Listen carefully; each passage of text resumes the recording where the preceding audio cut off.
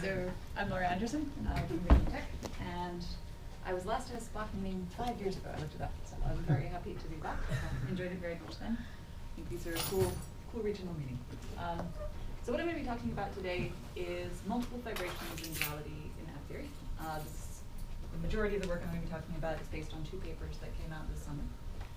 This was done in collaboration with the group at BT, that includes James Gray and our postdocs Shin Gao and Sunju Lee. I'd just like to mention both these gentlemen are on the job market this year, and they're both really good.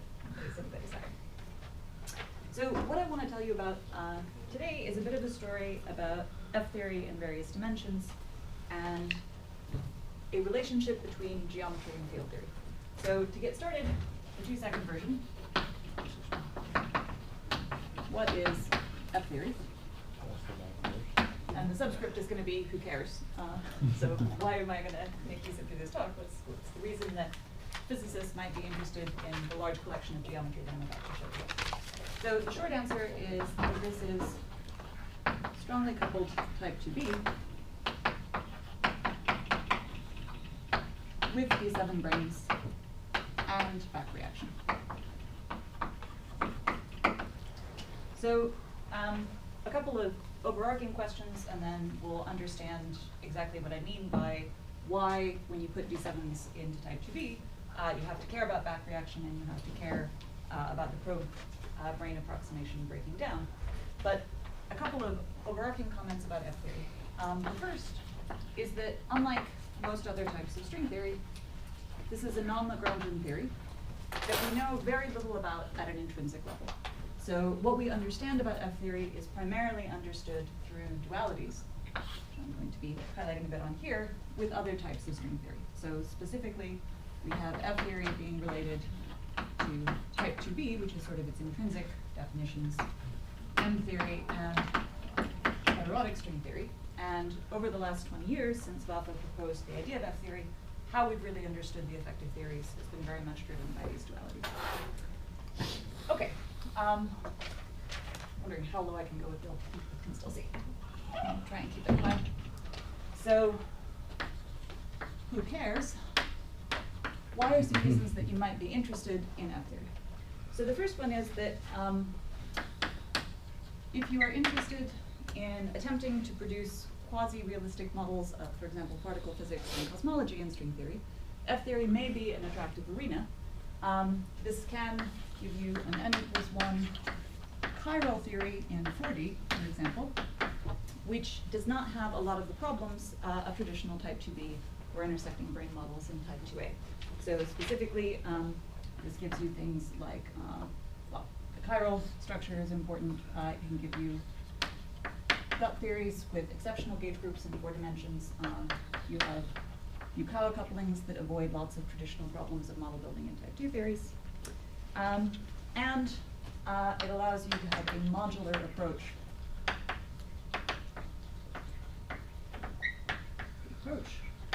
to model building.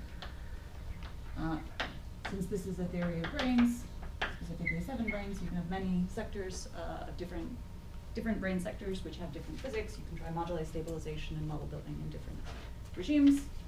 And perhaps a more interesting even application of F-theory is that it appears, and I'll say a bit more about this, appears to give a very generic string vacuum in various dimensions. So I gave a talk here yesterday, very kindly, on heterotic string theory. And something that one might be interested in, I drew this Venn diagram before, so apologies for people that are seeing it before, but you might be interested in various dimensions in a set of string effective theories as they compare to all effective theories, all consistent quantum field theories, say Yang-Mills theories coupled to gravity in various dimensions. You may want to ask what subset of those can be swept out by string theory, and am I buying anything with string theory? Are there, is there a substructure here that is significant in terms of being able to tell string theory apart from quantum field theory? Or is string theory a very natural extension of quantum field theory, and basically anything you can write down, at least within supersymmetric theories, could be consistently embedded in string theory? Perhaps you might even want special effective theories of some persuasion. For example, you want to do cosmology or model building in string theory, you want to understand how these guys nest. So the reason I'm mentioning this in the context of F theory is that this question has been systematically asked about supersymmetric Yang-Mills theories coupled to gravity in various dimensions in the context of F theory. And there are indications that F theory basically gives everything. Everything consistent that can be written down in 8 and 6 dimensions. These are not the most interesting for phenome, but F theory has shown a huge broadness of being able to sweep out basically every consistent Yang-Mills theory coupled to supergravity in these dimensions. 4D is not understood, but of course that's interesting. So one reason we might be interested in F theory is we want to understand what can string theory give you, right? What kinds of things are possible. So is 80 and 60 statements proved? So this is not my work, so I should be careful about this. People have been looking at this systematically. So Waddy Taylor at MIT, for example, I think would make this claim pretty strongly. There have been a few outliers of theories that people thought couldn't be embedded in F theory, but were later to prove to be inconsistent. So Natty Seiberg has done a lot of work on, consistency of Yang-Mills theories coupled to supergravity in various dimensions. So the claim at the moment, and I would not say this is completely rigorous, but there is a high degree of confidence and no counterexamples that I am aware of for these statements in 8 and 60. And 40 we don't know. Although again, we have no concrete counterexamples of good, consistent quantum field theories, supersymmetric quantum field theories in 40 that we are completely unsure can be embedded in F. So F theory may be a good way to select the consistent theories out from all possible theories. I mean, that's sort of the question. So I don't want to overstate this, because again, this is not something that I'm going to be talking about in great detail today, but I do want to make the pitch that this is an arena where you can very broadly start to explore what's possible from string theory. Okay, so maybe a dumb question.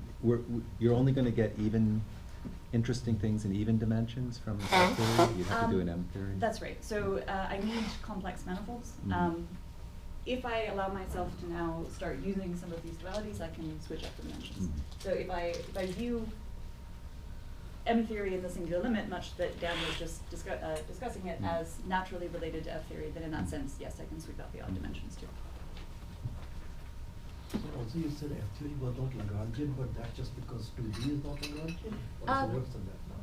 Actually, what I mean is that I don't know the Lagrangian. So unlike the other string theories where I start with a 10-dimensional consistent, well, I start with a string sigma model, which leads me to a 10-dimensional supergravity that I understand how to dimensionally reduce into lower dimensions. F theory, as I'll describe, is not that. So it's strongly coupled type 2B that I don't have a good description for. And it is not Lagrangian in the sense that it's sort of an innately 12-dimensional theory that's not coming from any parent supergravity. So we don't understand.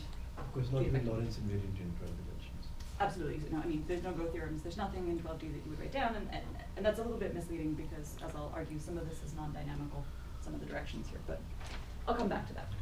Are you assuming supersymmetry? Yes. Yep. In this whole discussion, How I'm much gonna. though? So, I mean, there's a range. I can consider compactifications of many types. I'm going to be interested in minimal supersymmetry in most dimensions. So n equals 1 in 40, for example. Yeah, can I put F theory on some elliptic fiber G2? Elliptic fiber G2. Yeah. So for type 2B and F theory, in the way that I'm going to interpret it, I have to have complex manifolds. So that gets me to even dimensions. I can, of course, do M theory on G2, and you can say, can I make some sort of extrapolation for appropriate vibrations in G2, and people have looked at that. But for right now, I'm going to restrict myself to complex manifolds.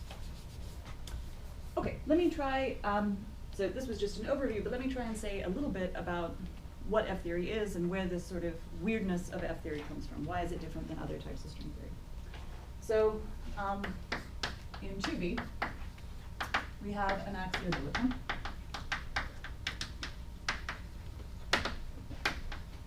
Which is C naught plus I over string coupling. And as is normal in type 2B, we could consider adding non-perturbative effects, branes of various dimensions, into the theory. And you can try to do a probe-brane approximation where you consider the branes as sourcing your form fields of various dimensions. For example, things that look like this, where here I'm going to have D7 located at z equals z naught, and z is a complex coordinate perpendicular to the 7 brane. So viewed as inside, for example, a D9, D7, I have two dimensions of normal mode direction that I can sweep out, and I'm going to parameterize them by one complex coordinate. Now, the thing that is special about 7 branes is that when you try this probe brane approximation, what you find in your BPS solutions to your type 2B equations of motion is that the form that the axiodilaton takes as a function of a transverse direction for the 7 brane has a funky form. So what it looks like is something like this, where this guy is related to sort of the background axiodilaton tau naught before you dumped a 7 brane into this system, and z again is your transverse directions to a 7 brane. Okay, so this is screwy for a number of reasons. The first is that when z minus z naught is related to lambda, Q string goes to infinity. So in the neighborhood of 7 branes, your probe brane approximation is breaking down. In principle, you have infinite string coupling, which is not so great for your perturbative theory. And that the existence of this log solution in the normal directions is weird in its own right.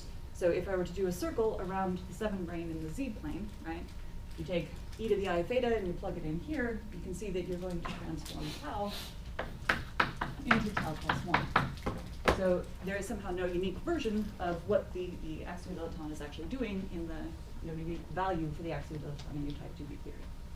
Now this isn't actually fatal in type 2b, of course, because type 2b has an SL2Z symmetry under which the theory is invariant.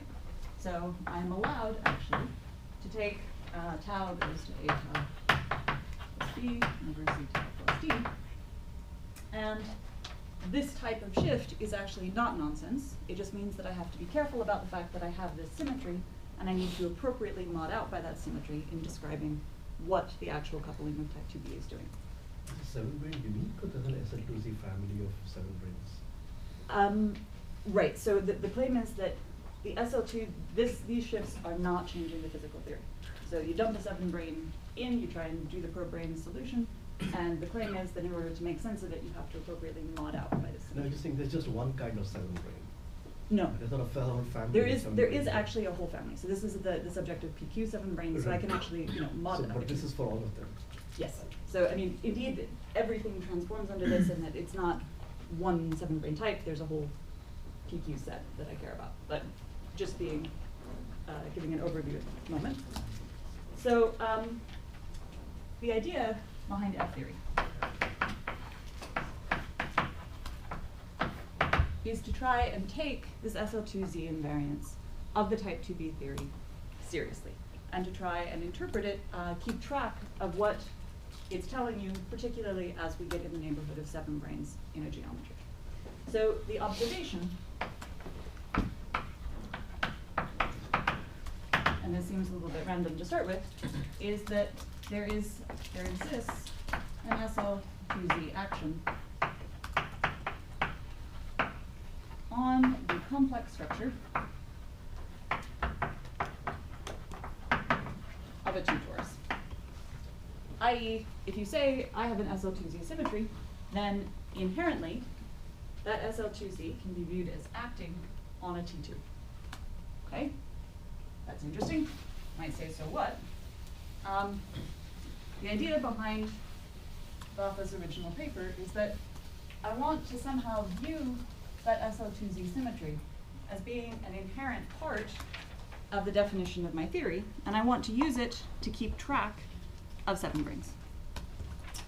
So imagine that I'm doing type 2B on a space, let's call it B. So here's B. And now at some sublocus of that space, I'm going to dump 7 branes, wrapping some subcycles in that space. So here's a locus where I have a D7. Now, what Vafa proposed is he said, if I want to do type 2B on this space, I want to decorate the space with the information about what the axiodilaton is doing at each point. And I want to keep track of the fact that when I get near a 7 brane, things are going to go weird. So specifically, he imagined that at each point on the space, above it, you are going to imagine a copy of T2. The value of the axiodilaton can be viewed as a particular complex structure, a particular point on this torus. And at generic points in the space, you have a perfectly normal looking T2, again, just encoding information about the axiodilaton. However, when you get near the locus of the space where the D7 frame exists, this guy needs to degenerate in order to capture this log behavior. So specifically, you can say the SL2Z action on the torus, this corresponds to, over a point like this, having a pinch torus where you take your donut and you pinch one corner of it. This guy can be singular. And you can see that singularity as the evidence that you need to add the non-perturbative effects such as 7 brains into your theory. Okay, so specifically this is singular and it's complex structure. Singular at that point. So a couple of words on T2s. 2 torus, nice donut, we know what that looks like. When I'm talking about complex structure, it is possible to put complex coordinates on the surface of a T2, and this is a 1 complex dimensional curve with genus 1. So 1 hole in it. So when I am talking about decorating the space with this information, because I care about the action on the complex structure, I'm not actually going to be thinking about the T2, I'm going to be thinking about a curve, a complex curve at each point over my space. Okay, so this picture of have a space, decorate it with information, has a mathematical description. So we're going to quote fiber our 2D geometry, 2D space, with the T2 data, or equivalently the data of the complex genus 1 curve. Now, you might say, okay, well at each point I have to keep track of a torus. This is sort of morally like a direct product, so there's just information at each point in the space. But you can actually show through various considerations of monodromy as you move around points and ask how tau changes, as well as you move globally from patch to patch in the space. This is actually not a direct product of information. It can non-trivially twist as you move around the space, and I'll make that more precise in just a second. Not a direct product, in fact, a non-trivial vibration. So a quick aside on what those words mean.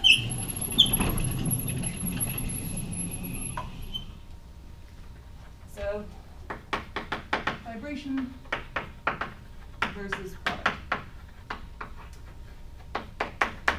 So the first is direct product spaces we have a lot of familiarity with. For example, R2 I can view as the direct product of 2 lines, 2 real lines. That one's easy. Let's do a slightly less trivial example, but still a product. Take the surface of a cylinder. At each point on a circle, S1 inside this cylinder, I can say what is the information that is above that point in the following sense. Here, I can view this as a line that exists above every point in the cylinder. So here, this could be a copy of R. This is an infinite cylinder. Could be a copy of R over every point in S1. So we say a cylinder is S1 across R. What's an example of a non-trivial vibration? Well, the circle vibrations are actually a great example of this. If you want to fiber a line over a circle, there are in fact 2 ways to do it. This one, the cylinder, or you can introduce a non-trivial twist as you move around the circle. And that's going to tax my artistic ability, so bear with me. This is a Mobius strip. I can tell this is going to look bad already. Yeah, okay, use your imagination. Sorry. Ahem, Mobius strip. Okay, seriously, sorry about the bad art, but you can see that there is a circle here. At each point in the circle, there's a line interval again, but that line interval non-trivially twists as you move around the circle. And in fact, again, just geometrically, for lines fibered over S1, these are your 2 choices. You can have an even or an odd twist as you go around the circle. You can Mobius strip or a cylinder in every case. Okay, the punchline here is that in F-theory, we're not in just the product situation. We need to decorate F-theory with this information about the axiodilaton, but it non-trivially twists as you move around the manifold. And you can prove that. Moreover, I'm not going to get into the proof of this, but right.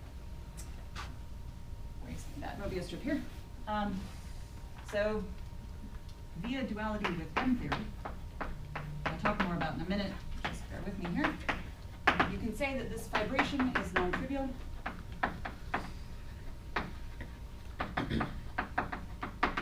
This has to do with the back reaction, non-trivial back reaction of the 7 branes. And in fact, the total space must be Calabi-Yau. Ricci flat Kähler with vanishing first term class as a complex Kähler manifold. So by total space here, I mean the whole thing, the base manifold where you do type 2b, and in our case, the T2s that live above it. So in F theory, we need to consider non-trivial vibrations. So let's play a couple of games looking at what those vibrations can give us. And this is morally what Vafa did in his original paper on F theory 20 years ago.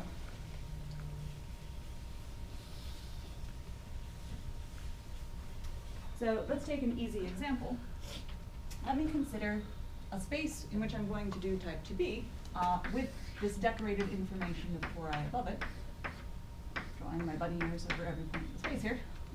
Imagine for a minute that I take the base manifold to be an S2, which is a complex manifold, is written as P1, complex projective 1 space. And I have a T2 non-trivially fibered over it. This total configuration, T2 over P1, is of course, can be viewed as a K3 surface. So this satisfies the Calabi-Yau condition, which I need. And this would correspond to 8-dimensional vacua of type 2b with the effects that we're describing.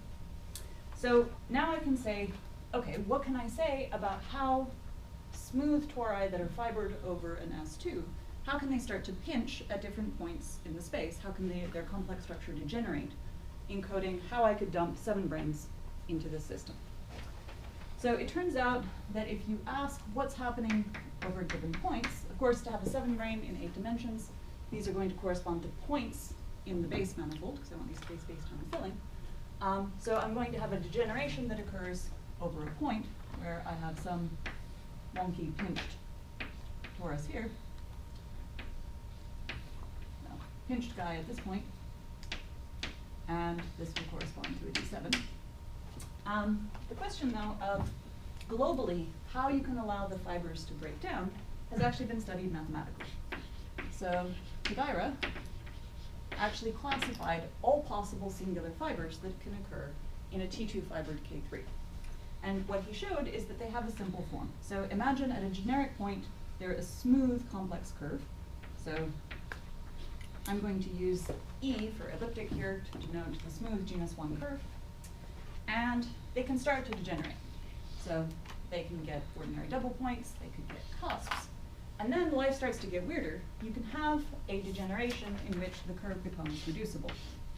So you can start getting more and more components, and you can actually classify how all these break down. So what does that have to do with 7 branes? Well, of course, I don't have to have just a single 7 brane in my theory. I can have stacks of 7 branes. And it turns out that each of these types of singular fibers will in fact induce a singularity in the total space, with the exception of these two.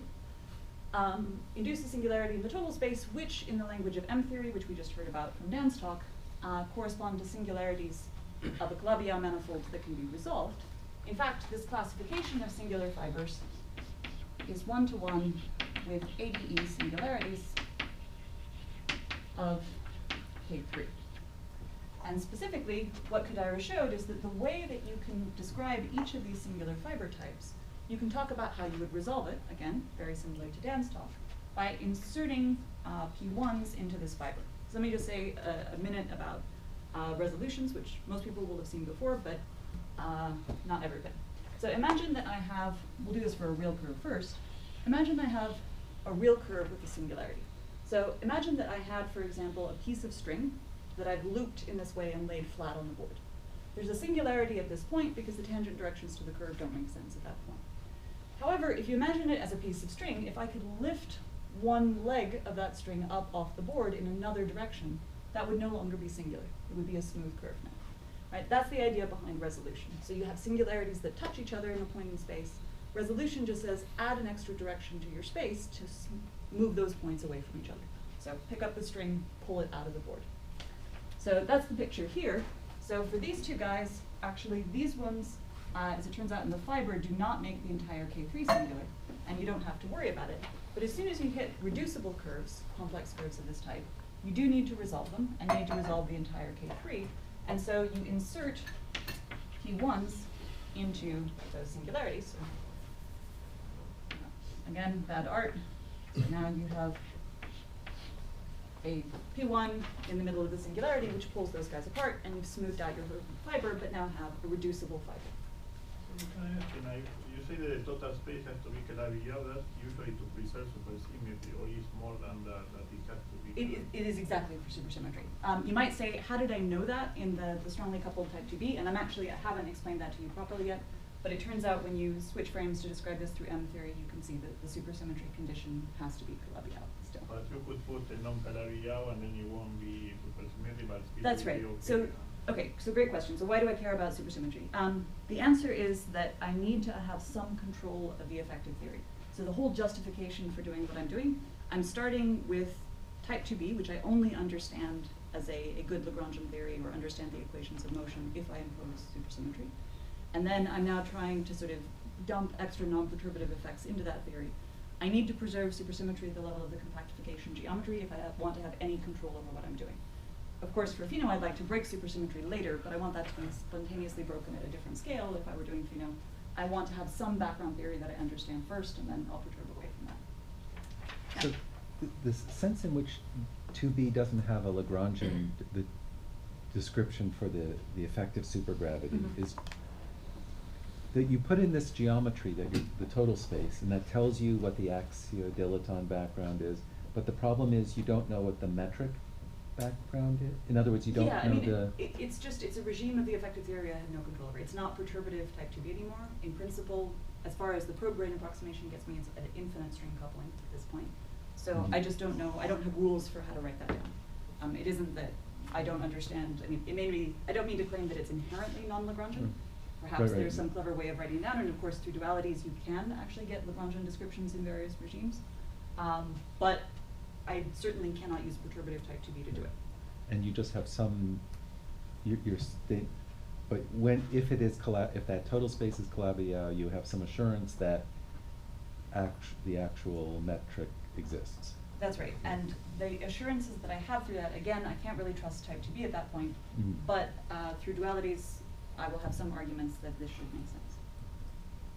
So we'll come back to the dualities in a minute. At the moment, I'm just referring to that as a black box, but let me say just a couple more words about what we've done. So we've decorated the background of type 2B with a torus. We're keeping track of where the torus goes singular because we want to keep track of where the 7 branes are.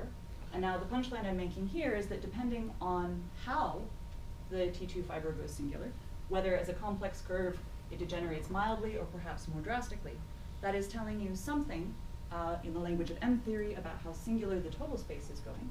And in fact, as we just heard, there's a whole nice picture in M theory about how you can resolve ADE singularities and how those correspond to the blow-up modes to filling out Dinkin diagrams of simple Lie groups. So the idea here is that for each one of the blow-up modes that I insert into the fiber, I'm actually filling out the Dinkin diagram of a Lie group. So if you have this simple case of 2 reducible components, and you add in 1 P1 to smooth it out, this corresponds to an A1 SU2 singularity. You can get AN type singularities, and you can go all the way through, in the most severe case, up to E type. You can have an entire chain. In fact, E8 resolution types, manifolds that are so singular that they're blowups, in terms of the intersection of those blow-up modes, form a full E8. Okay, so let's play a couple of games with this. So for after, I remember Sam has a paper saying that you can always find the point on models where you can have an orientable limit. Not always. Not always? So the Sen wrote down a paper where he showed some limits, which will get you back. So basically, limits in the complex structure that will get you back to a type 2B orientable limit. That exists in some cases, and they're the kind of cases that you would imagine. So something that's a little bit strange here, I have exceptional gauge symmetries appearing. So in normal type, perturbative type 2b, if you stack a bunch of 7 branes together, you don't get exceptional groups. So among other things, the types of limit that you can take where you can get back to sensible weakly coupled limits in 2b are precisely the kinds of things that you could get with sort of ordinary A-type singularities, for example. So depending on the configuration of your geometry, you are not guaranteed a Sen limit, but in some cases it exists. Yeah, so for example, exceptional groups, no longer. Okay. So, 2 quick comments, and then we'll get to some of the strangeness that I want to highlight in F-theory. So, the dictionary that I'm trying to build up for us is singular fibers tell you about the gauge symmetry on stacked D7s. Really PQ7 branes, but I'm going to call them D7s for the time being. Of course, we know from our description of branes in type 2 that, of course, if you have intersecting branes, you can have strings stretching between, open strings stretching between those 2 branes, which in the limit when you hit the intersection point will become massless. So you expect matter to occur at intersections of 2 7 branes. So intersections. And in the language of this geometry, if I have a curve of singular fibers, so if these are my pinched fibers, in principle I could have 2 such curves, and over the intersection points in the base, I will have matter. And in lower numbers of dimensions of base manifold, if you in fact have 3 of these, you can have interactions, so Yukawa couplings between the light states that exist at the brane intersections. Okay, so a couple of things. This Kodaira classification for K3. What Kodaira gave us was a dictionary for how singular the fibers could go. Now you might say, what is bounding this, right? So here I was breaking my elliptic curve. I started with a smooth curve. I started breaking it into pieces like this. And you might say, what stops me from just having an infinite number of pieces? How come I can't get arbitrarily singular? And this is, again, very much the same premise that Dan was using. The thing that keeps you from going on forever, that actually gives you a finite classification, is the condition that after you add the P1s back in, you want the whole thing to be a Calabi-Yau. So these are crepant singularities in the K3 surface, and they are classifiable. In K3, it's actually really easy. These are the ADE classification. It's a very simple set, 8 types that you can write down, and the condition that you get a Calabi-Yau bounds the problem for you. Maybe I'm very ignorant about this, but what is the physics of this? Why you have Why to- Calabi-Yau, or No, what? Calabi-Yau I understand it. Why do you need that? Once you resolve it, it goes back to Calabi-Yau. So let Is there a me. physical understanding? Because you're saying that this is like basically a configuration of the 7 branes. Right. So in general, right, let's do the M theory picture first. So what you want, it's actually easiest to start in the smooth Calabi-Yau limit, and then, as Dan was doing, ask what happens as you approach singularities. So in general, of course, you have the 3 form of M theory, which you can break down into some gauge field in the Cartan, right? And you know that you have H11 of the manifold's worth of elements of the Cartan. In the limit of those collapsing cycles, you wrap M2 branes around them, and you fill out the off-diagonal components of B groups. So that's sort of the basic picture of how an ADE singularity gives you a non-abelian group in a singular limit. So in that sense, why do you need the Calabi-Yau condition? Well, for the same reasons in Dan's talk, you need a Bloom branch. You want to be able to get back to a supersymmetric theory that you understand well, M theory. How does this work relate to F theory? For that, I have to show you how F theory and M theory are related. Okay. And if you'll give me 1 second, I will get to that cleanly. But basically, there are arguments purely within PQ7 branes in type 2 for why you need a total space that's Calabi-Yau. Those are hard, and I think M theory is the easiest for why Calabi-Yau total spaces are in the game. Okay. Good. So the thing that bounds you here is the Calabi-Yau condition, and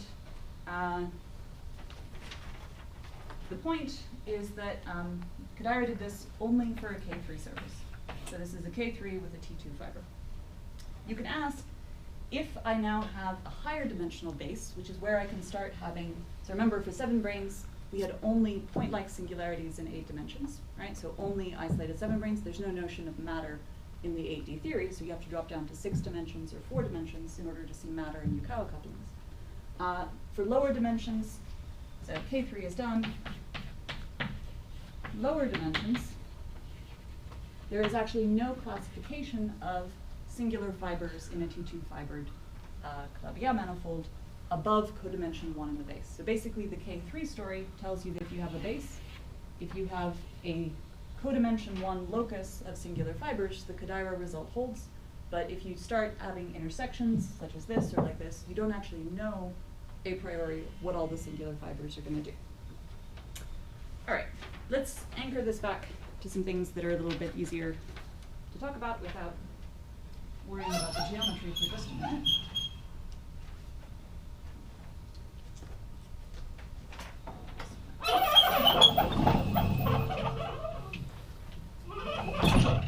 Okay. So one tool that's going to be useful for us,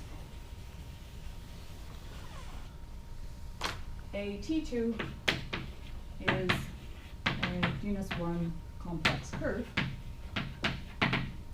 There are many ways to write a genus 1 complex curve. For example, inside complex projective 2 space, I can write a degree 3 equation.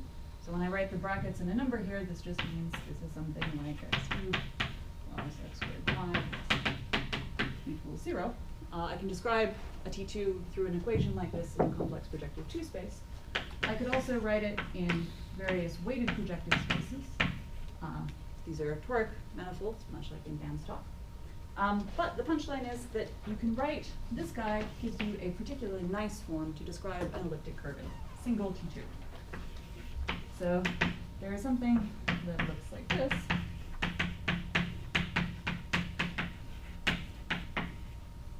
This, where the coordinates here weight 1, 2, 3, these are your x, y's, and z's. So z is 1, x is 2, y is 3.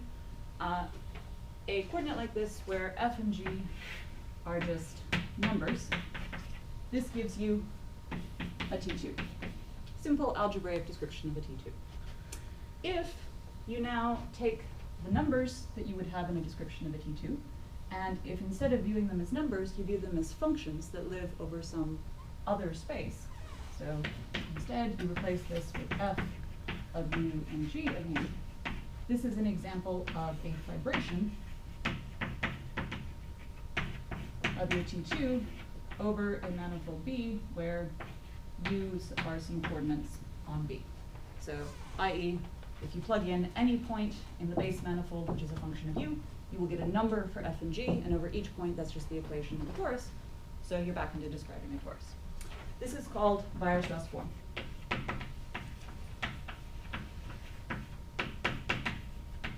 And within this description, anytime you write down an equation like this, you can say, what is it going to take to make the total space Calabi-Yau?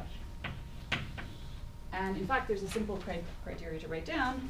If F is a global section of the canonical bundle of the base to the -4, and G is in H0 canonical bundle of the base to the -6, then you will automatically have a Calabi-Yau.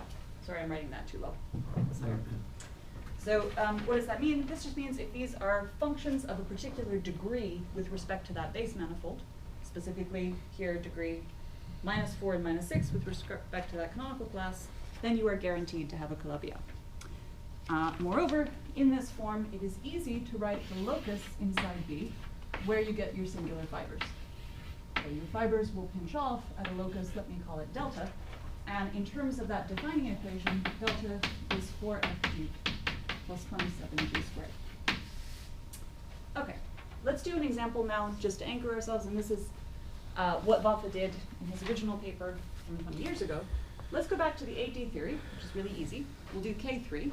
So in this case, my B is going to be D1, so we do G here. And in that case, the canonical bundle of D1 is O minus 2. So this means that the K3 surface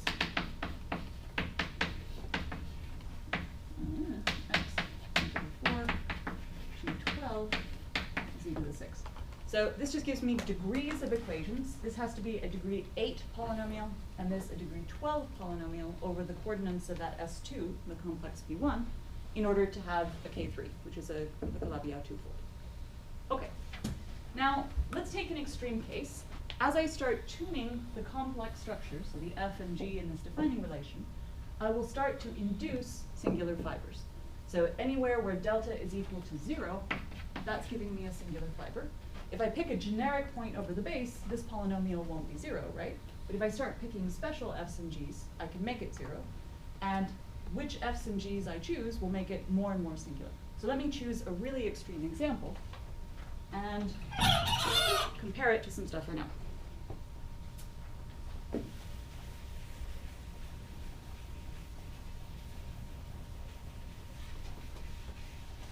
So as an example, So, can I, Yeah. I can maybe see the question. The degree of F and G is basically is coming from there. exactly, right? So this is the Calabi-Yau condition. So here KB is 2, so 2 times, so minus 2 to the minus 4 is plus 8, Okay. right? And that's the subscript. Oh, so I didn't. Okay, I see. Yeah. Okay, so here's an example. If I choose this defining equation,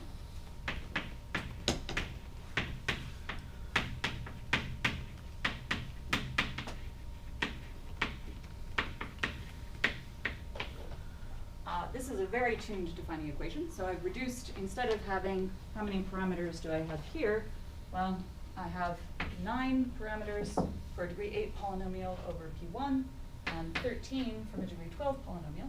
If I add these guys together and subtract off the coordinate redefinitions that I can do in projective space, this one, I end up with, so this is minus SL2Zs, you actually end up with 18 degrees of freedom.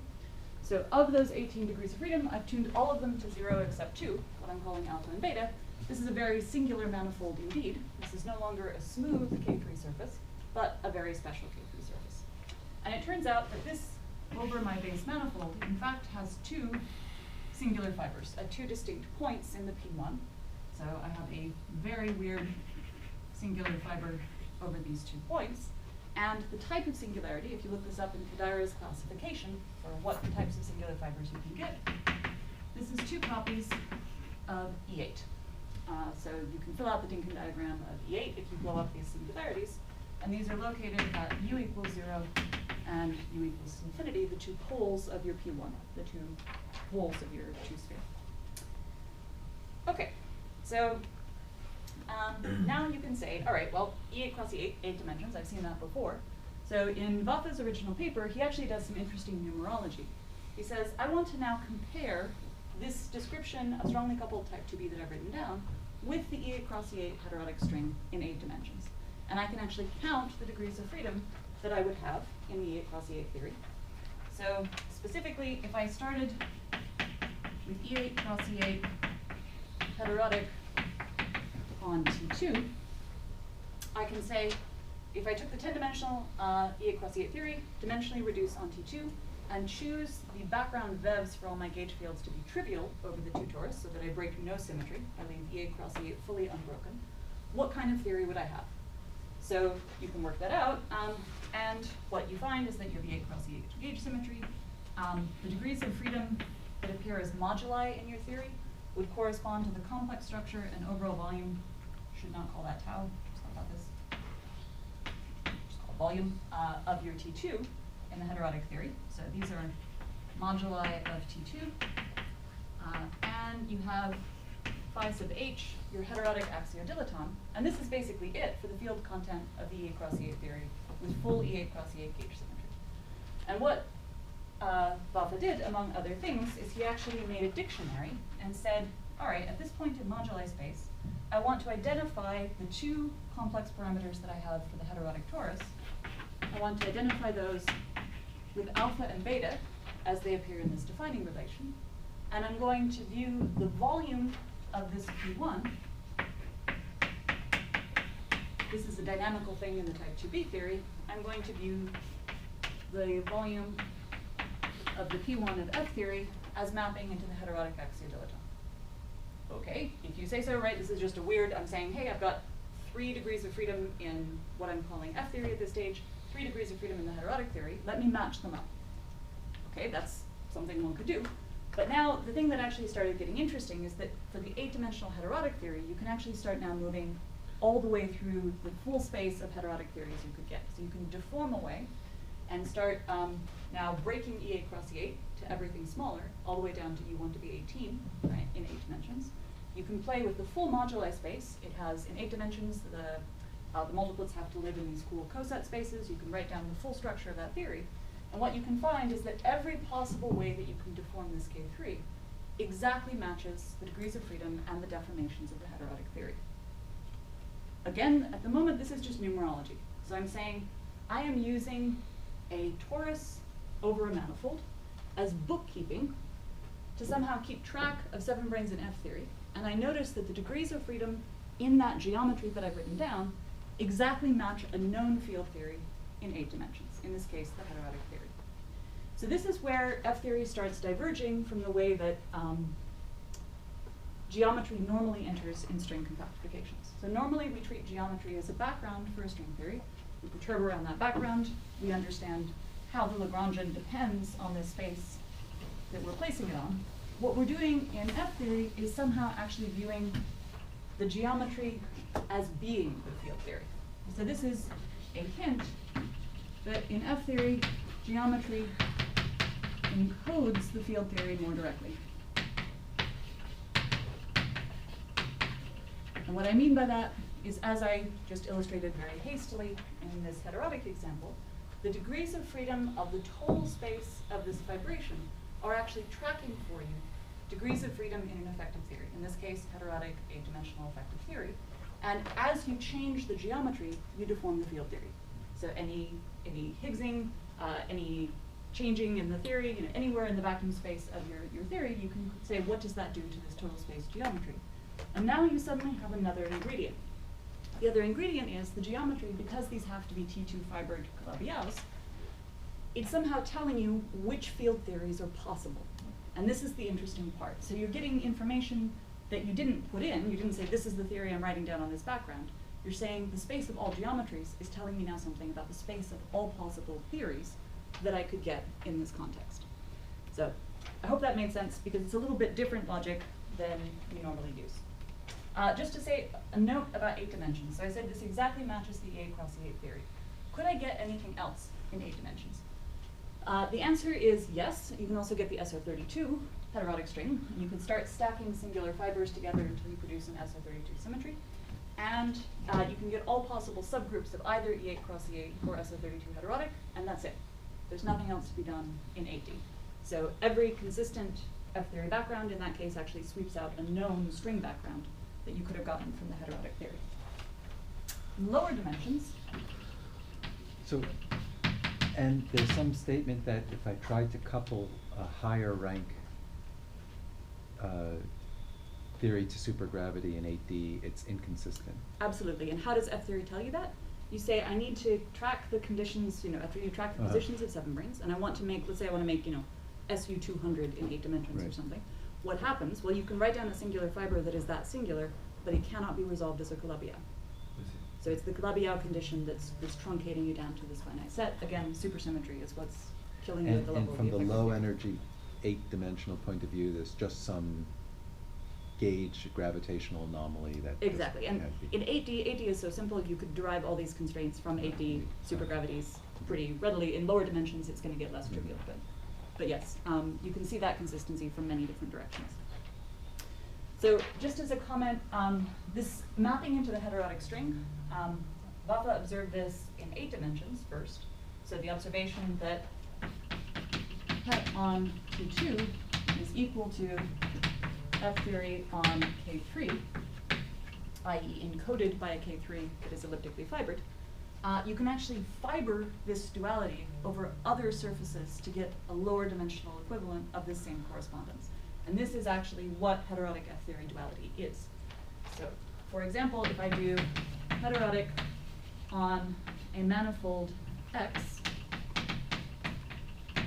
which is T2 fibered over a base Bn minus 1. So this notation means I have a projected map that takes xn and drops it onto a base manifold B.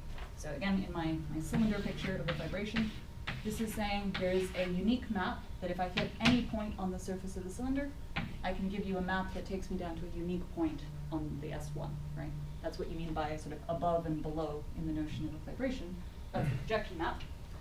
So the little guy above the arrow here says there's a T2 over every point in Bn minus 1. If I do that, then this is the same as F theory on a manifold that has a K3 over every point of the same base Bn minus 1. So let's call this pi sub h.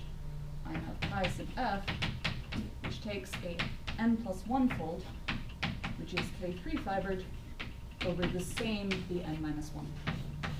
So you pick a manifold Bn minus 1, you stick a K3 over every point, you stick a T2 over every point, and in any number of dimensions now, so not just 8, but now 6 dimensions or 4 dimensions, I will get heterotic F theory. Again, maybe stupid, right? But I'm guessing you can have like all kind of like, you can fiber the T2, you know, kind of ways on Bn minus 1, and you can fiber the K3, you know, so there must be some connection in the way that you fiber, or not? Yes, and Right. so great question. So in principle, I can choose any heterotic base I like, and I can fiber this in any way that I choose.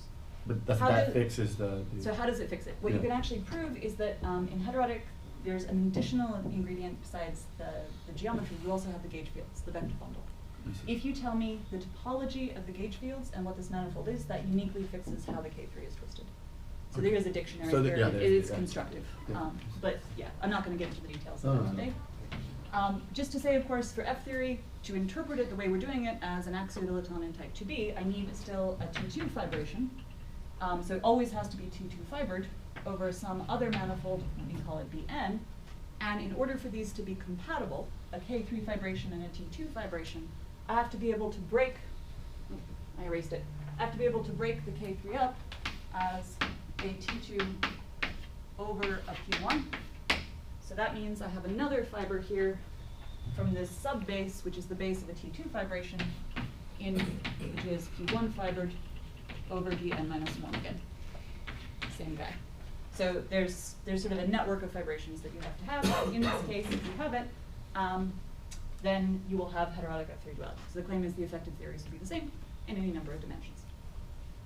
Okay, good. So now that was all basically backstory. So now what we want to start asking ourselves, what I've tried very loosely to motivate for you, is that somehow this process of writing T2 fibers over spaces is encoding for you possible physics that could arise from F theory. This is possible effective theories. Some of these may be effective theories we've seen before. For example, heterotic theories in various dimensions. Some of them may have weakly coupled type 2b descriptions. Some of them can be realized in M theory. But some of them may be wildly different. And if I'm interested in understanding what theories I can get in various dimensions, now I have a question that I can phrase in terms of geometry. What I want to know is how many T2 fibered manifolds in various dimensions can I build, and what are the rules for how singular they can get?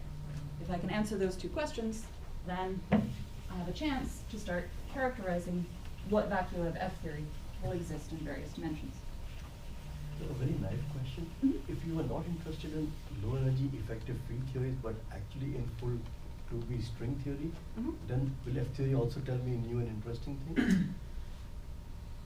Yes, I mean, it's at the moment it's bookkeeping that is encoding degrees of freedom in F theory. So, from a point of view of type 2B string theory, this is interesting because it's giving me access to a strongly coupled regime that I don't normally have good control over. In terms of an intrinsic definition of what that means, like, a more fundamental description of M theory or some sort of matrix theory.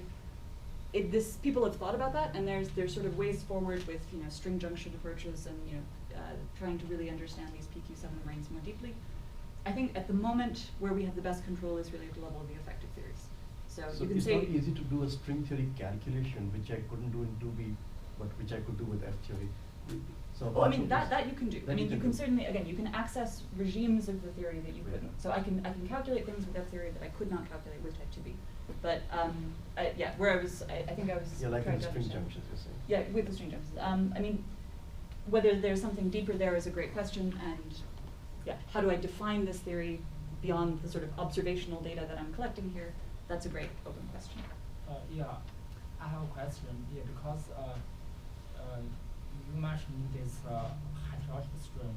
Mhm. The first chain class of that holomorphic vector bundle is equal to 0 mod 2. Mhm.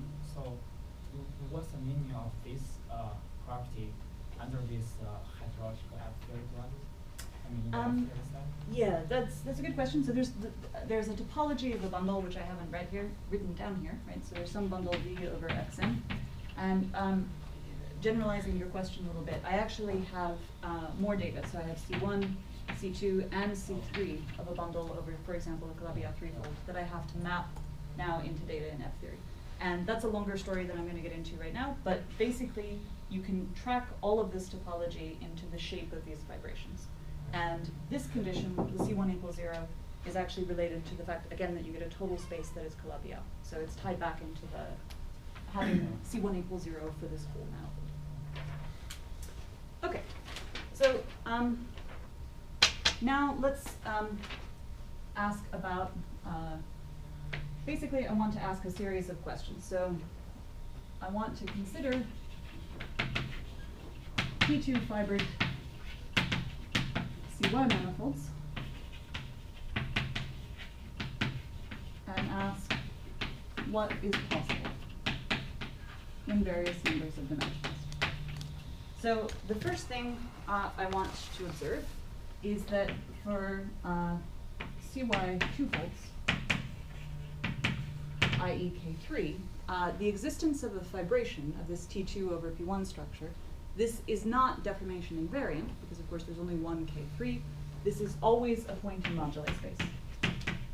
So always available, because there's one K3 and I can always deform the K3 to produce this structure if I want to. However, for CY threefolds and fourfolds, so these would give me backgrounds for 6-dimensional effective theories or 4D effective theories. The existence of a T2 fiber is deformation invariant, or let me rather say is fixed by topology.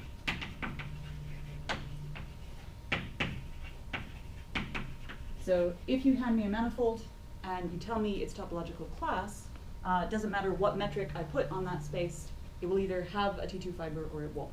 This is not something that you can smoothly get rid of, unlike in K3. So this is a deformation invariant quantity. And here's a cool fact, which has actually just been expanded upon this year, actually this summer. The number of T2 fibered CY3s is finite. This was proven by Krause and Gross 15 plus years ago. And as of this summer, mathematicians have extended, there's a little bit of fine print, so this is not quite complete, but nearly completed this statement now for CY4 and 5-folds. So when you say the number, you're counting topological Types. class. So types. that's great. So now by number here, what I mean is a Calabi-Yau threefold as specified by its Chern classes and Hodge numbers. Of course, within that, there are many different manifolds which are points in the moduli space, i.e. different metrics that I could put on that topological manifold. But the number of distinct topologies, and in fact, even stronger than that, the number of discrete manifolds. So there could be non-diffeomorphic manifolds with the same topology. Even that is proved to be finite. So there is straight up a finite number of manifolds in the way that mathematicians would count them with this property.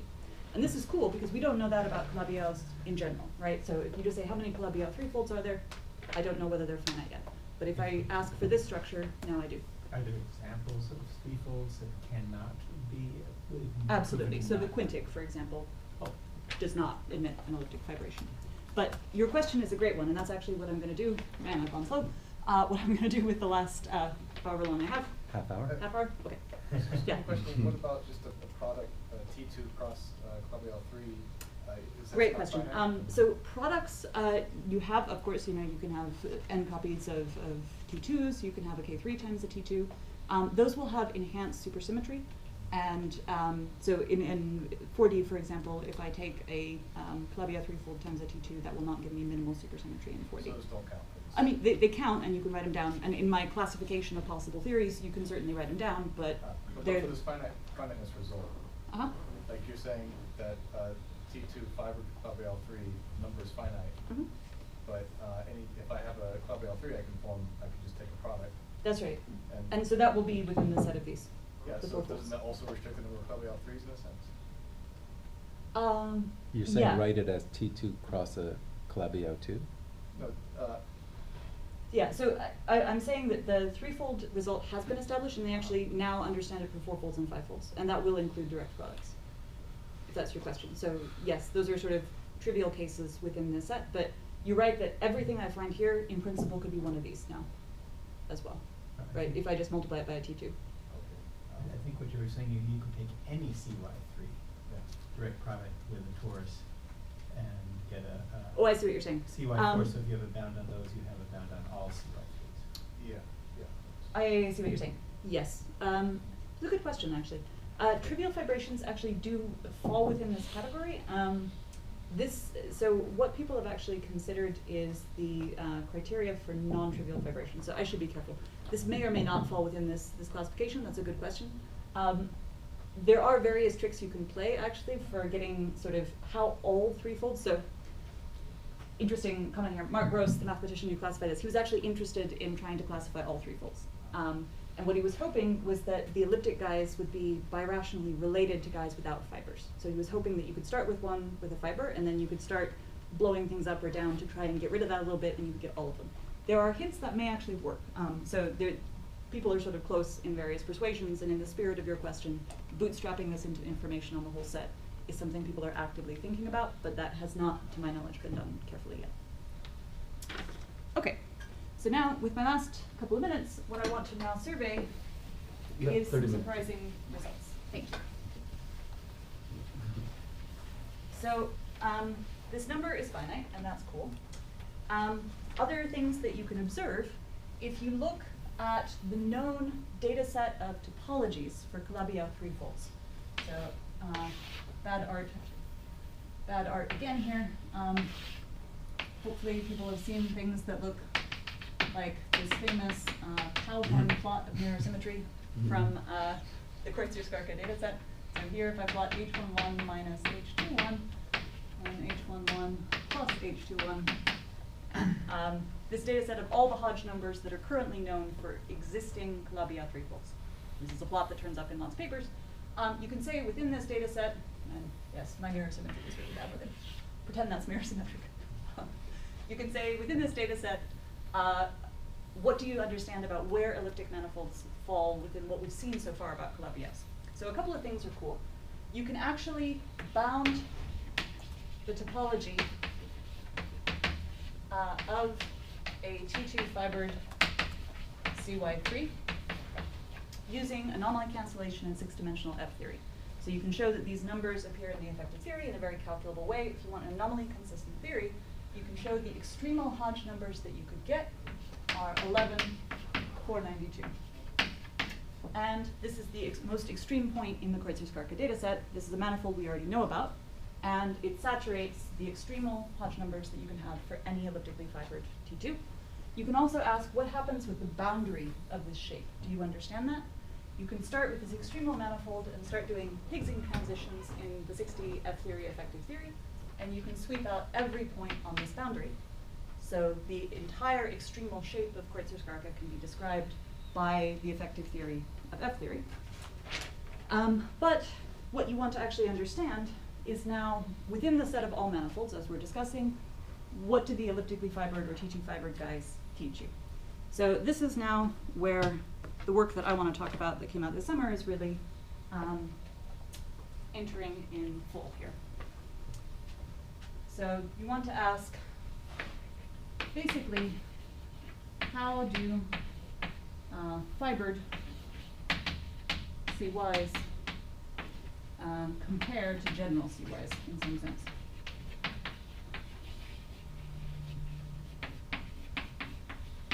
So you want to to understand the rules. How many can you build? You know the number is finite. I should say that Mark Gross's proof is not constructive. So although he proves there's a finite number, he doesn't tell you exactly how many or how to enumerate all of them.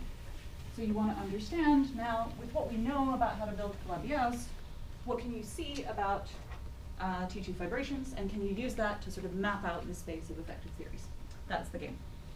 So with my collaborators, we started to systematically survey within known data sets of Calabi-Yau's. We wanted to ask the question, how many emit fibrations? And then what can we say about those theories? So you can take data sets of Calabi-Yau's that have been built already. This is not a proof that this is all the manifolds that could be built, but these are at least the ones we know about so far. So you can start with CY threefolds. I'm going to be talking about 3 different data sets of Calabi-Yau's. So there are complete intersection manifolds in ordinary products of projective spaces. This is the oldest data set of Calabi-Yau's that was built by Candelas and company in the 1980s. There are about 8,000 of these. There's the Kreutzer-Skarka list, which is about 500 million toric hypersurfaces.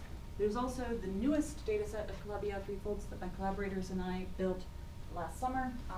We just used some novel tools to make manifolds using different constructions than anyone had done previously. We called these generalized complete intersections because we use basically meromorphic functions to build Calabi-Yau's rather than strictly holomorphic ones.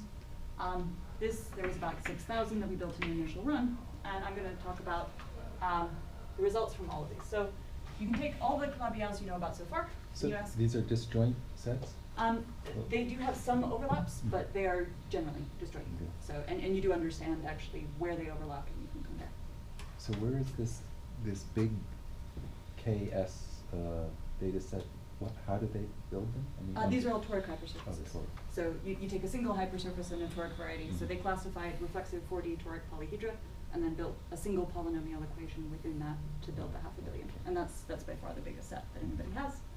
And the punchline is you start to now search for fibrations. And this is non-trivial to do because I hand you some mystery manifold that's constructed in some weird way, and you have to find all the ways that it could be written as a fiber of some space above another. And what you find is that 99.9% of all known manifolds admit T2 fibrations. So that's interesting. Now, why did nobody sort of observe that before? Well, we're used to writing down really simple Calabi-Yau's. So the one that everybody has seen at least once is the quintic polynomial in P4. That guy is not elliptically fibred. And in fact, what you find is that this 99.9 actually, it becomes saturated as you increase H11. So H11 of the quintic is 1. This does not emit a vibration. Once you get above about H11 equals 15, everything emits vibrations. So this is sort of why people may not have noticed this before. You can play the same game with CY fourfolds. So there are data sets of these that were built, the equivalent of the CCs. This gives you about 1 million manifolds that were constructed by my collaborator James Gray and Andre Lucas. There's also weighted projective space fourfolds that were constructed by Clem and Yao. And you can do this game again, 99% again. So all the fourfolds we know, the first approximation, and all the threefolds appear to be fibered. Now, is there some topological obstruction you can write down? Absolutely. So you can write down necessary conditions for the existence of the vibration. For threefolds, you can actually write down necessary and sufficient topological conditions. In practice, they're a pain in the butt to actually evaluate when you have very large Kähler cones. So we came up with different algebraic ways of searching for these. And that's a fun story, which I'm happy to talk about if anybody wants to ask me after. But I want to now actually get to the more surprising aspect of this finding. So first, it's saying that basically all the manifolds we know about are fibered, and we know the fibered ones are finite. Cool. So if you could actually rigorously prove, going back to how could you try and bound now all Calabi-Yau backgrounds, if you could prove that the circumstantial evidence that we see, which is as you start increasing H11, everything is finite, everything is fibered, if you could make that rigorous, you could try and really nail down the finiteness of the whole set. But interestingly enough, as you increase dimension, not only do you find T2 fibers, you find all possible sub-fiber structures. So what you see is that if you have a Calabi-Yau fourfold, for example, a generic Calabi-Yau fourfold is Calabi-Yau 3 fibered.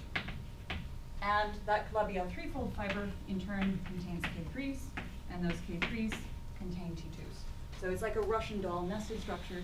Every possible dimensional Calabi-Yau subfibration that you're allowed, you find. So if you just throw a pin at something, you'll find if you have a Calabi-Yau fourfold that has a threefold fiber, that in turn has a K3 fiber, that in turn has a T2 fiber. The reason that matters, for example, is that that's saying that heterotic F-theory duality is actually a very generic thing within the space of possible F-theory vacua. You will have K3 fibers, which means you'll also have heterotic duals. All right, now here's where things get to be more surprising. So this was interesting enough, but what we noticed and did not expect was that not only is everything fibered, it's fibered in more than one way. So my examples of my Mobius strip and my cylinder, there's only sort of, well, that's a product example, but let's say the Mobius strip is a non-product. There's sort of one natural S1 that has that interval over at every point. What we find is that generic Calabi-Yaus, CYN folds, admit multiple teaching fibers. So what I mean by that is, in terms of this projection structure, if I have, let's write it this way, if I have a map, a manifold Xn, there are multiple projection maps phi 1 up to phi m over different base manifolds Bn minus 1 up to m, where I can have multiple different projections, all of which have T2 fibers, but are over different base spaces. Now, this is surprising from a lot of different effects. So what it's saying is, if I'm interested in backgrounds for F-theory, if I hand you a random Calabi-Yau manifold, there isn't just one way to view this as encoding information about F-theory. There could be many, because remember, from a type 2b point of view, as you isolate the base, that's where you're doing type 2b. And if I have multiple different bases, that means I have multiple 2b theories that are somehow all being encoded by the same Calabi-Yau.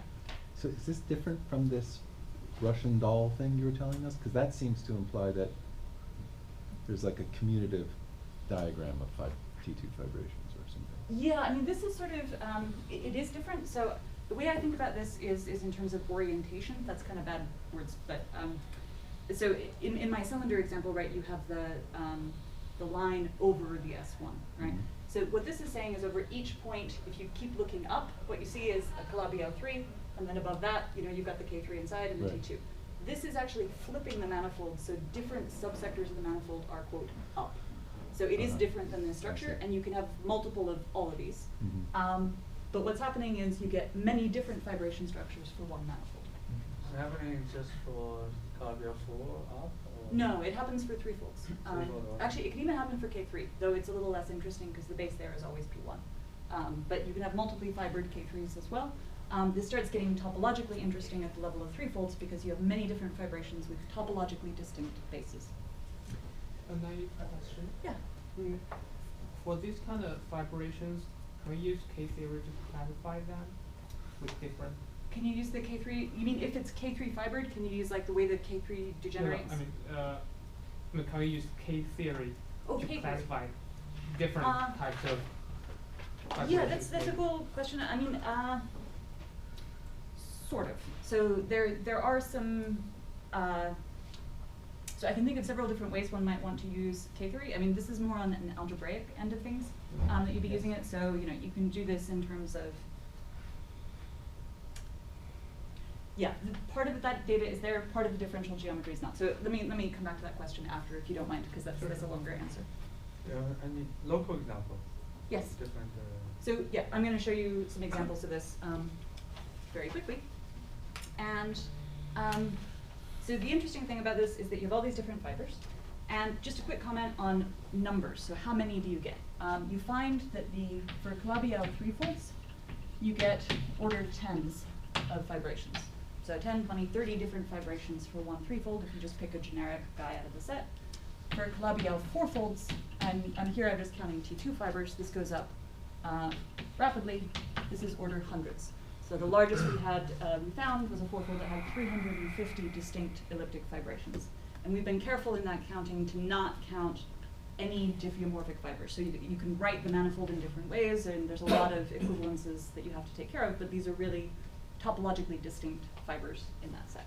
So looking for some special divisors, different special divisors, right?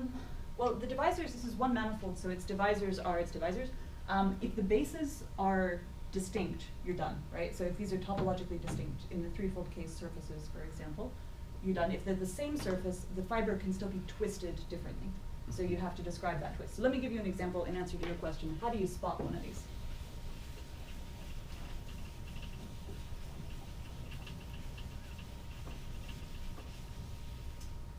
So first question is, how am I going to illustrate writing down Calabi-Yaos? I'm going to use the easy ones to write because I don't want to draw toric polyhedra in 4 dimensions. So we're used to writing down manifolds like this. The quintic hypersurface, the degree d of the polynomial you write down. All right, so here's not blah, blah, blah, blah, equals 0 inside P4. This has to equal the dimension of the projective space. So this is Pn d. N plus 1 has to equal d in order to have the Calabi-Yau condition for a single hypersurface in projective space. And you can generalize that to complete intersections. So let me write the following manifold. So here is another complete intersection Calabi-Yau. What does a matrix like this mean? By the columns in this configuration matrix, I am giving the degrees of a polynomial equation. So just like 5 here told me about the homogeneous degree in a single projective space, this is viewed as a product of 2 projective spaces, P2 times P3, and I'm telling you the overall homogeneous degree is degree 0 in this one, 2 in this one. So if this guy had coordinates x and this guy y, this equation, for example, would look like x naught cubed, y naught squared, plus a bunch of stuff equals 0. Right? So this is saying homogeneous degree 3 and 2 in the x's and y's. Complete intersection means I have 2 equations of this type in a 5-dimensional ambient space. So this is 5 complex dimensional, 2 constraints from 2 polynomials being 0, gives you a Calabi-Yau threefold. Okay, just the point I wanted to make in this context is that when you have a configuration matrix like this, it's actually very easy to spot where you have a fibration. So in this example, remember that I mentioned before that a cubic in P2 is an example of a genus 1 curve, i.e. a complex curve that is a torus. So imagine that I solve the first equation here, and I fix a point in this defining equation. So I fix a point in P3 for the degree 2 hypersurface in P3. Then if I plug that point into this equation, what I'm going to be left with is a cubic in P2. So this tells me that this piece is the T2, and this is my base B2. And the fact that I have a 0 here is really the hint that I had a fibration. So this is not the only way you can read off fibers, but it's a very quick way to read off the existence of a fiber. If you see structure like this of 0, T2 description here over something down here that is a base, this guy I can write as x is, in this case, fibered over the twofold, which is a degree 2 surface in P3, and has a T2 over it that's described as the cubic in P2. So now to answer Dan's question, can I give you a simple example of something with multiple fibers? This is very easy to do once I've observed how to read off fibers in a configuration matrix of that type. Sorry, maybe I'm down slow. Can you explain again what the matrix means? So this is the degrees of equations in this space. So this space The first column is what? is a degree 0, 2 equation in x and y coordinates, where these are coordinates on P2 and on P3. Right. And the second column? Is a degree 3, 2. So Oh, okay. 3, So- 2 oh, in yeah. x I'll and lead y. into Oh, yeah. Now, okay. Okay. Yeah. Okay. Sorry. That's okay. So Thank you. these are easy to write down.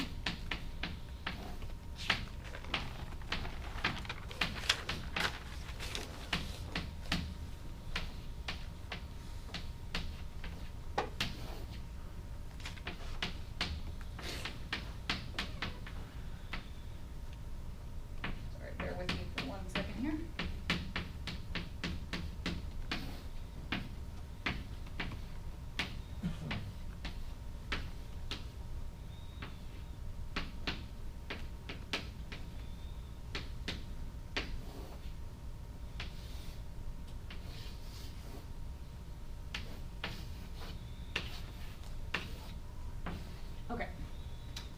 I just wrote a big matrix of integers.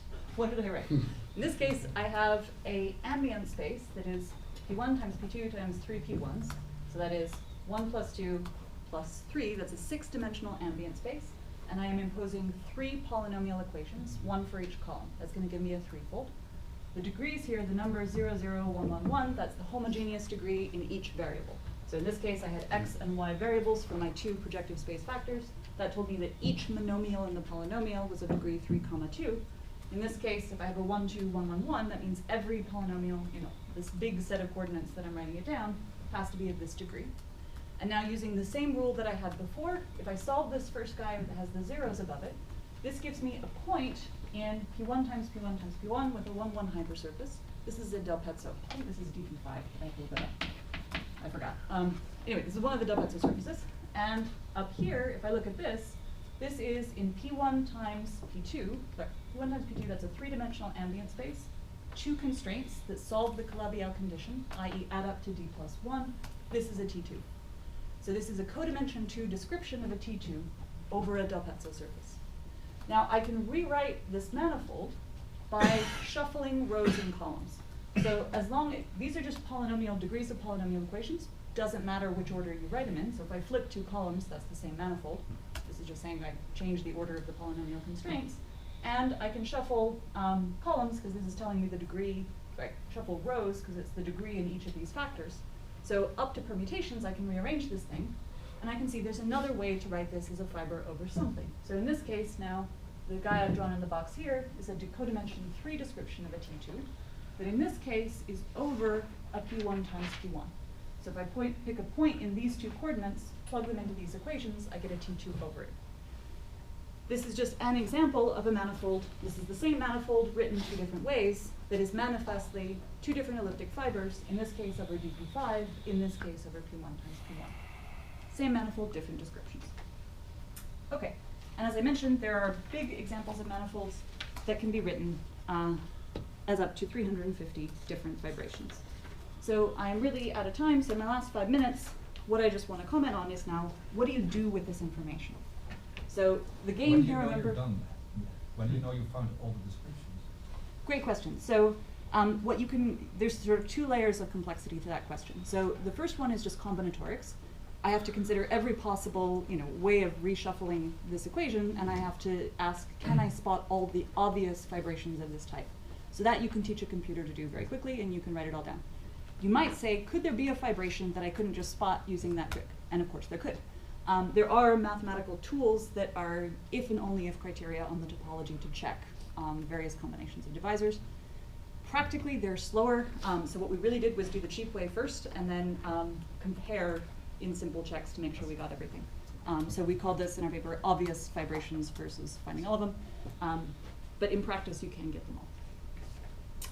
Okay, so now what do you do with this information? We've learned that essentially all Calabi-Yaus emit vibrations, and all Calabi-Yaus emit many vibrations. So in the concept of sweeping out effective theories, I'm interested in characterizing which elliptic vibrations are possible, because this is giving me possible vacua of F-theory. And now I'm interested in, if I have some collection of different F-theory vacua that correspond to these different vibrations, how are all those theories related? And I just want to comment very briefly on 2 things that you can do. So the punchline is, you can play with known string dualities in various dimensions, and you can ask, how many of them can you realize through this type of multiple vibrations? And the answer is a ton. So we played with various known dualities in many dimensions and find that by playing with F-theory on these multiply fibered spaces, you can find lots of known T-dual theories. You can play with heterotic duality. There's a famous 6-dimensional duality due to Duff, Manassian, and Witten that you can reproduce in this way.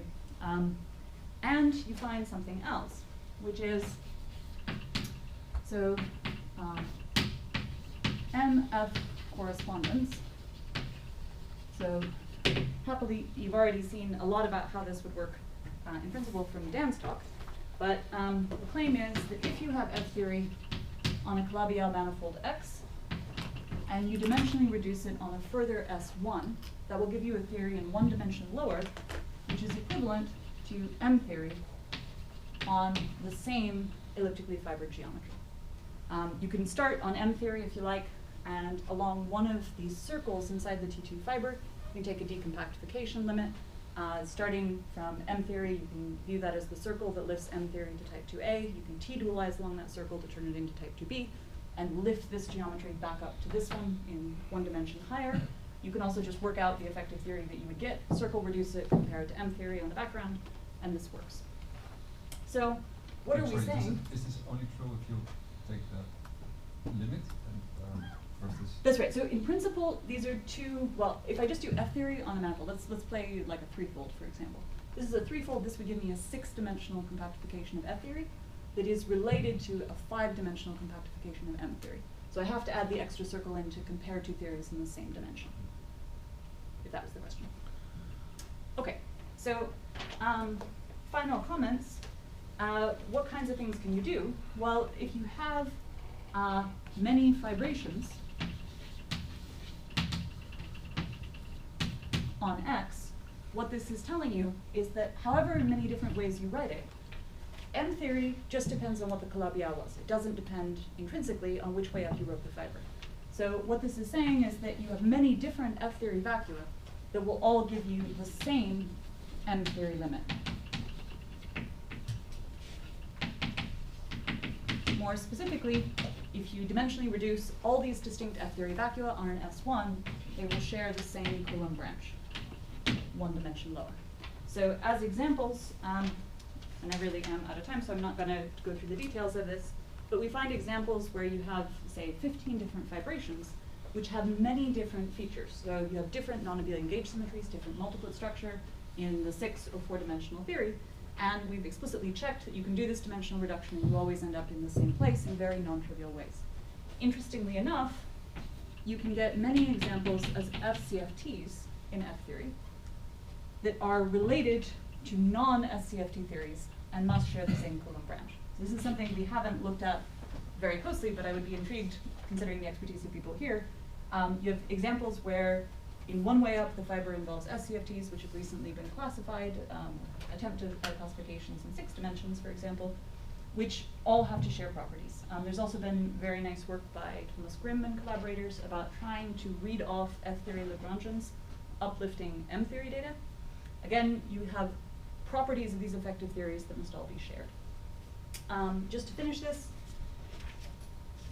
you can play with heterotic F theory duality.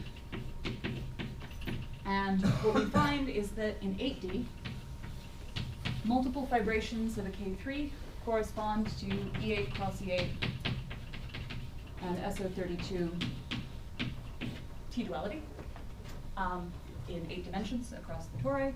In 6D, you can reproduce the famous strong weak coupling duality of 6-dimensional heterotic compactifications. Duff, Manassian, and Witten wrote this down in the early 90s, and this is well understood. You can realize this as multiple fibrations, and we find many generalizations in 6D that have to do with non-trivial actions on M5 branes or NS5 branes in the heterotic theory.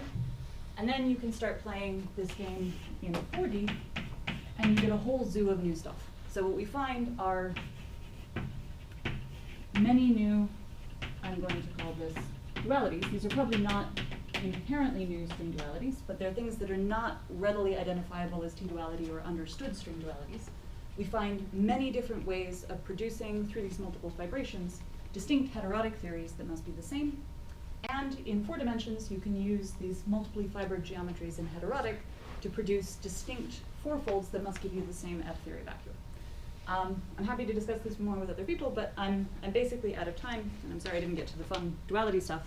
But the punchline is, if you're using F theory to map out field theory, the data of even known Calabi-Yau manifolds seems to be encoding for you many properties of string dualities. And what we're trying to map out here is, using this, we're trying to make a duality cartography using the multiple fibrations to understand which string effective theories have to be identified. Many of these are understood. T-dualities are other well-understood correspondences in various dimensions, but we find many new structures, specifically in 4 dimensions. So this is open questions that we're just starting to be able to ask in earnest about how to characterize at the level of the string theory how these guys are related, and also trying to systematically map out which effective theories we get. And I will stop there.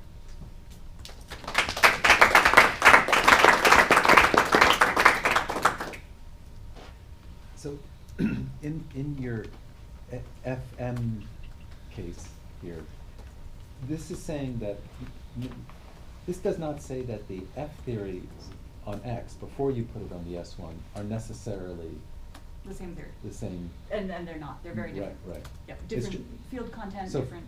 from the point of view of just effective field theories, it's saying that, oh, you can have many different field theories, but upon circle compactification, they will all flow, or whatever that is, I guess That's it's right. flow, to the same, so they're kind of in the same universality class under circle compactification. That's right. So at the MF correspondence, and the reason I didn't write duality here is they're Okay. not the same theory. Yeah. In other dimensions, we have, using heterotic, for example, these are actual dualities, and that we're getting clever ways of getting exactly the same theory. The thing that, just to mention very briefly, since in the context of the previous talk, something that I find interesting is classifications of SCFTs, much as the way Dan has described. Vafa and Morrison and Heckman and company recently in F-theory in 6 dimensions have done this atomic classification of 60 SCFTs, for example, where they find superconformal theories arising in F-theory and they systematically blow up the base.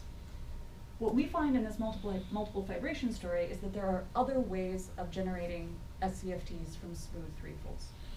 These are through things called non-flat fibrations, and basically what we find is that if you write down a generic manifold, in many descriptions it will come with SCFTs packaged in ways that do not manifestly fall into Vafa et al.'s classification. Could be that they're just a different rewriting of the same things. We haven't studied these theories in general. But since people are interested in SCFTs, this seems to be an arena where you can generate lots of weird stuff that I at least do not know where to put it. So I would say this is something that should be looked at in this context more. What do you mean by non-flat? Non-flat fibers? Great. Okay, what do I mean by that? So, I'm sorry, you know everybody needs lunch. I'm hungry too. So we said that our fiber was topologically a T2 over every point in the base. In general, in order to have a good fibration and a good Calabi-Yau, the criteria is that if you have this projection map, which takes X onto B, then the inverse image of points, B prime, has to be homotopic and T2. I.e., if you look above this projection map at any given point, you better find tori. The correct statement, though, for a fibration is that this has to happen for generic points. At non-generic points, so specifically higher codimensional points in the base, you can get fibers that are no longer tori. And in fact, they can change dimension. So rather than getting a T2 over here somewhere, you get something that is, for example, a complex surface, which is weird. So these are extra hole divisors that appear at certain points above the fiber. They don't screw up the Calabi-Yau condition. They don't screw up the fibration generally. It has been understood that these non-flat fibers should correspond to superconformal theories for a long time, because you can wrap various M2s, M5s on various subvarieties of the surface, and the limit that that volume of that surface collapses to 0, you get a bunch of extra light stuff, same as Dan was arguing. The question is, if there's no classification of exactly where you get to stuff these guys in, and it's different than blowing up the base. So now you're doing something exactly in the fiber. You can see that happen. So where does it happen in an equation like this one? So the total space, though, is smooth? Yep. Total space is smooth. Okay. All right. Imagination fails me here, but anyway. Yeah, I mean, just to get some feel for where this comes from, it happens for higher codimensional descriptions of the fibers. And so I made the argument that if you pick a point in this, triple P1 and plug it in here, you get a torus. You could imagine it for some special point, these two defining equations became linearly dependent, right? And that's how you get it. So it's at a special point where somehow the complete intersection structure of your fiber fails, and then it jumps in dimension. So that's loosely where these guys come from, and they don't screw up the smoothness of the total space, and it's a perfectly fine thing for a Calabi-Yau to have. And they will lead, and we can actually do this, so when we write down the Weierstrass models, you can analyze the degree of vanishing in the Weierstrass model, and you find 4, 6, 12 points or higher. You can see that they must be superconformal points, but they came from a sort of different place. So what you do with them, I don't fully understand yet. Okay, lunch? Yes, lunch. So